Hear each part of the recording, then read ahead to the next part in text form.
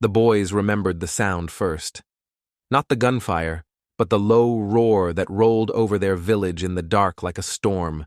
Trucks, engines, and men meant the war had finally reached their doorstep. In a cluster of huts in southern Sudan, boys who had spent the day herding cattle and kicking a ball were jolted awake by their parents' voices. Get up. Get out. Run.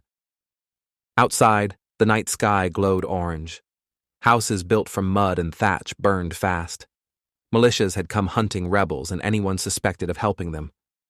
They did not ask who supported which side. They burned, shot, looted. In the chaos, families were torn apart in seconds. Some parents shoved their children into the tall grass and told them to run until the screams behind them faded.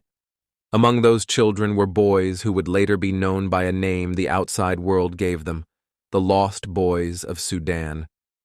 They were mostly between 7 and 16, old enough to walk but too young to fight. Many had already lost one parent to the Second Sudanese Civil War, which had been grinding on since the early 1980s. That night, they lost the rest. They ran with no food, no water, and no map, following the moon and the oldest child in the group.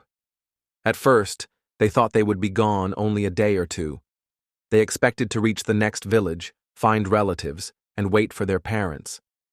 Instead, they found burned homes, empty cattle pens, and fresh tracks of soldiers. Roads were watched. Villages were empty or occupied.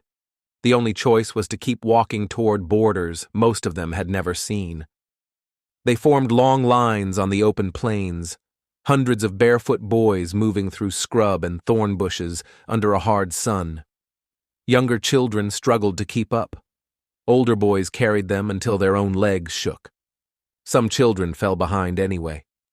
No one wanted to leave them, but staying meant death for everyone.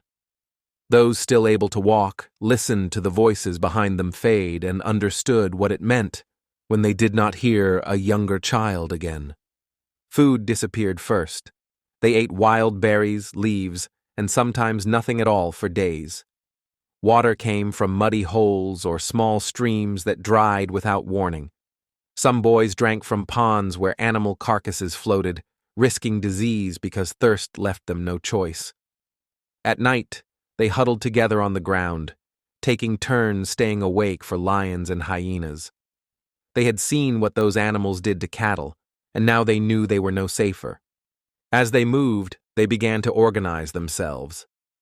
The oldest boys took responsibility for the younger ones, forming small groups that shared whatever they found.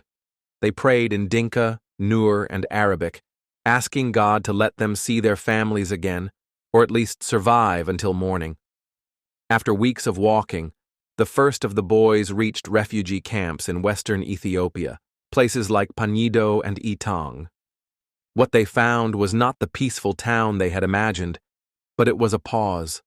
International aid workers registered them, gave them new names on paper, and handed out rations of grain and beans.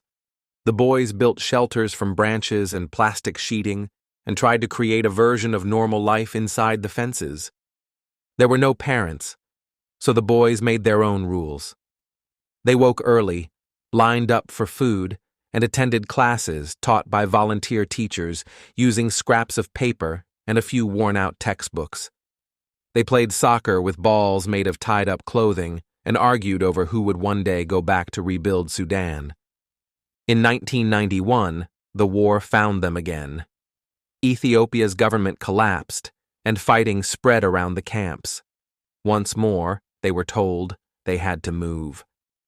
Tens of thousands of refugees poured out at once, heading toward Kenya.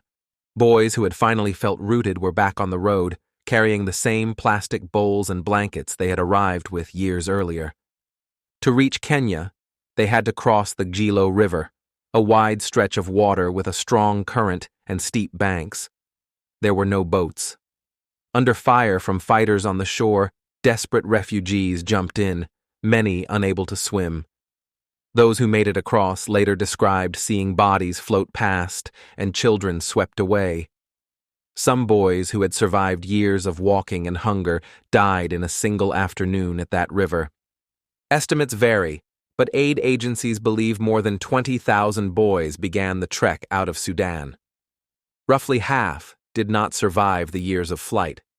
Those who reached camps like Kakuma in northern Kenya arrived thin, sick, and permanently changed. Workers met long lines of children who introduced themselves by first name only. My parents are dead. I walked from Sudan. I do not know where my brothers are. Kakuma sat in a dry, windy corner of northern Kenya. Dust coated everything. Temperatures swung between scorching days and cold nights. But there were schools, food distributions, and soccer fields marked out in the dirt. International organizations documented their experiences and began calling them the Lost Boys, borrowing a term from fiction and attaching it to real children. Many woke at night screaming from dreams of burning villages and the sound of mothers telling them to run. Therapists were scarce. Much of the healing happened in small circles after dark, when boys tried to reassure one another that they were still alive. In the late 1990s, after years of debate, the United States and several other countries agreed to resettle some of them. Social workers looked for those with no surviving close relatives who might adapt to life in a very different world. Eventually, thousands were approved.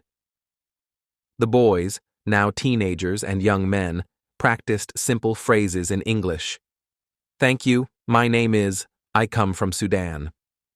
The journey this time was by airplane. Out the windows, they watched the red dust of Kenya fall away, replaced hours later by city lights. They landed in cities like Houston, Phoenix, and Syracuse, and stepped into winter coats and apartment complexes that felt as foreign as the Ethiopian bush had once felt to them. In the United States, they were placed with foster families, sponsors, or in shared apartments overseen by refugee agencies.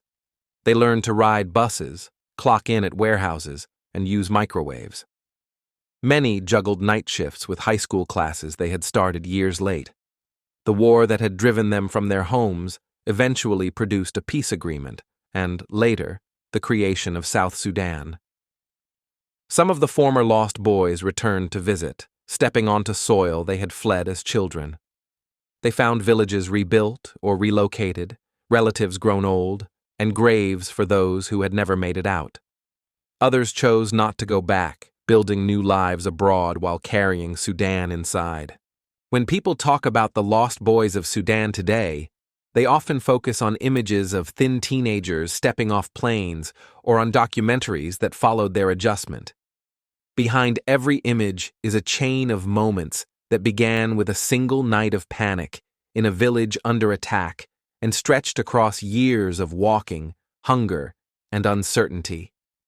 Those who survived did so because they kept moving when stopping might have been easier. They were children who became adults on the road between destroyed homes and distant camps, carrying memories of parents they never saw again and friends whose names they still recite like a list of the missing. Their story is about the war that pushed them out of Sudan and about the endurance it took to stay alive when almost everything familiar was gone. Thank you for listening to Horrifying Survival Stories. Subscribe for more stories of those who faced the impossible and lived.